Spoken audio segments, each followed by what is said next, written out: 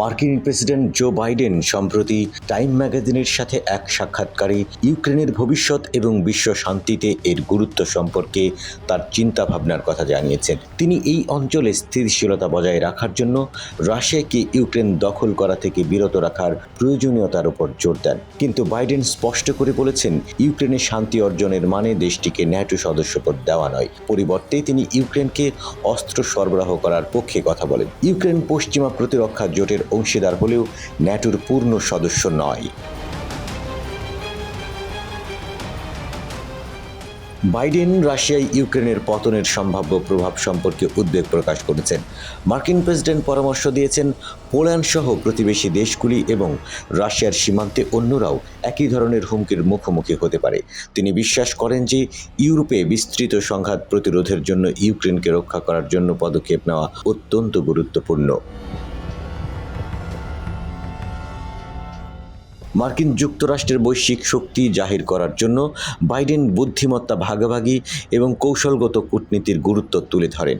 Biden কার্যত কূটনীতির উদাহরণ হিসেবে 2021 সালের জুনে রাশিয়ার প্রেসিডেন্ট ভ্লাদিমির পুতিনের সাথে তার শীর্ষ বৈঠকের দিকে ইঙ্গিত করেছিলেন, যেখানে তিনি পুতিনের আকাঙ্ক্ষার প্রতিক্রিয়া হিসেবে ন্যাটোর শক্তি জোরদার করেছিলেন। মার্কিন প্রেসিডেন্ট পুতিনের প্রস্তাবে তার প্রতিক্রিয়া স্মরণ করে দীর্ঘভাবে বলেছিলেন যে ন্যাটো ফিনল্যান্ড হবে না, বরং ফিনল্যান্ডকে ন্যাটো করা হবে।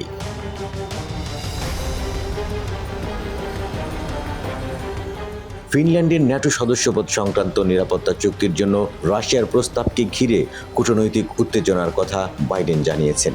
মার্কিন যুক্তরাষ্ট্র এবং ন্যাটো মস্কোর দাবি প্রত্যাখ্যান করেছে, সেই সাথে জোটের ওপেন ডোর নীতি নিশ্চিত করেছে।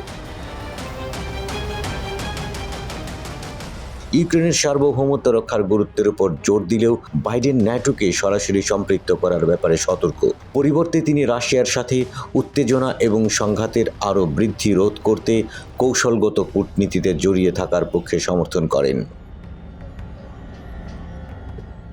তবে নিউ ইয়র্ক টাইমস বলেছে, বাইডেনের ছাড়পত্রের পর ইউক্রেন রাশিয়া সীমান্তের কাছে মার্কিন অস্ত্র ব্যবহার করে আঘাত হেনেছে।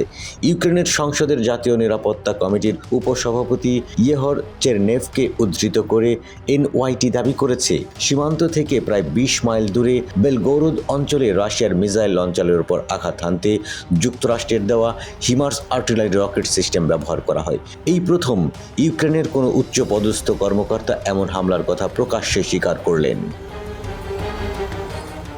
গত সপ্তাহে পশ্চিমা সামরিক জোট ন্যাটোর প্রধান ইয়েন্স স্টলটেনবার্গ দ্য ইকোনমিস্ট পত্রিকায় বলেছিলেন, রাশিয়ার ভেতরের সামরিক ঘাঁটিতে হামলা করতে দিয়ে ইউক্রেনকে নিজেদের প্রতিরক্ষার সুযোগ দেওয়া উচিত পশ্চিমাদের। রাশিয়ার প্রেসিডেন্ট ভ্লাদিমির পুতিন তার দেশের মাটিতে সরাসরি পশ্চিমা অস্ত্রের হানার ক্ষেত্রে মারাত্মক পরিণতি ভোগ করতে হবে বলে সতর্ক করেছেন। বিশেষ করে ইউরোপের ছোট দেশগুলোকে এমন পরিণতি ভোগের হুঁশিয়ারি দিয়েছেন তিনি।